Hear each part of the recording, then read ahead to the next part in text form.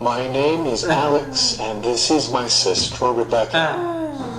We are here today to talk about our family. Our family consists of our mom, Diana, our father, Brian, our youngest brother, Todd, and the two of us. Alex and Todd are both in high school right now, and I'm going into my 4th year of university at University of Toronto, Mississauga. Our dad is a teacher, and our mom is a stay-at-home mom.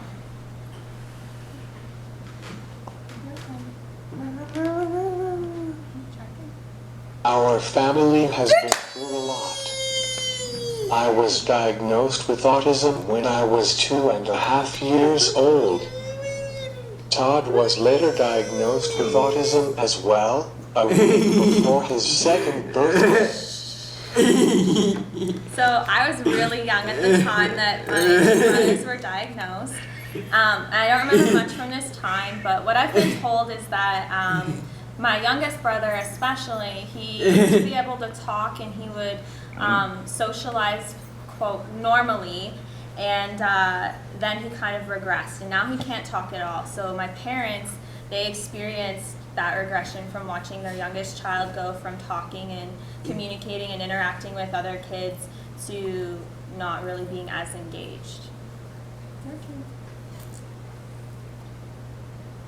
I always showed my traits of autism as a young child. I always seemed a bit different compared to Becky growing up. Both mine and Todd's traits have changed over the years. We both communicate with iPads now. So over the years, the biggest challenges we've dealt with have involved my brother's behaviors at various times in their life, as well as problems that we've encountered in the school system. Growing up, I kind of remember referring to Todd as the easy brother, the one that was more easygoing, and Alex I always perceived as the more challenging one per se. Growing up, I would often scream or act out if something happened that I wasn't expecting. I didn't behave this way to be a bad kid. I just didn't have another way to express my concerns. I still do this sometimes, but not nearly as often. So what my family quickly had to realize was that in order for Alex to cope with his behaviors, we had to make sure that the proper supports were in place for him. So we established several routines and strategies, both at home through various therapies as well as at school. And the more we put into place to ensure that his needs were met, the more successful things were with less challenging behaviors.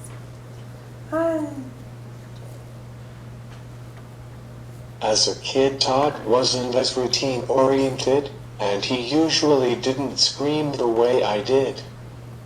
However, he was a flight risk, and he also went through a stage of aggression when he was in middle school. So because Todd didn't understand a lot about safety, that's what I mean by flight risk, our family decided it would be best to get a service dog for him. So our family rallied together and got support from our community, and we were able to fundraise $12,000 for his service dog, Boomer. During his aggressive phase, as we call it, it was very stressful for our family. Todd would often go after us if he was mad or upset about something. And a lot of times we didn't know what was wrong, and he couldn't quite communicate that. We had to make sure that Todd didn't hurt us and that he didn't hurt himself either. A lot of the time, my parents and I had to make sure that Alex was safe because Todd often targeted him.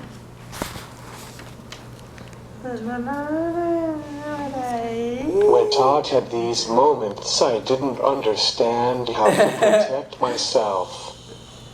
It seemed like I just let it happen to me, but really I just needed help. I am thankful my mom, dad, and sister were there to make sure that both Todd and I were okay. Fundraising for Todd's first service dog, Boomer, was not the end of our fundraising as a family. We then had to raise $18,000 for Alex's dog, Pepsi, who's here with us today. And you okay? And another $18,000 for Todd's second dog, Aspen, because Boomer retired due to old age. Your turn. I needed to get Pepsi because I began to develop some obsessive-compulsive traits. I had to tap everything that I passed and it was really impeding my everyday life. Pepsi has been a great solution and I am lucky that my family pursued this alternative for me. So an ongoing battle for us, unfortunately, has been getting Alex and Todd the services they need at school.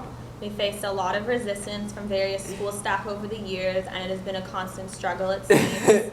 Trying to fight for inclusion and for quality education seem to be much more difficult than they should be. And I could go on, but we don't have the time for that right now. It's a big part of our lives. The most recent challenge we are facing is Todd having seizures. The past couple of months he has had 3 seizures, and we aren't sure why. It is a new challenge that we have to pursue as a family together. So we aren't telling you all these stories to make you feel sorry for us or to showcase how different our families are. Are you okay? Yeah. Our point is that we've had these challenges throughout our lives, and it's made us stronger as a family.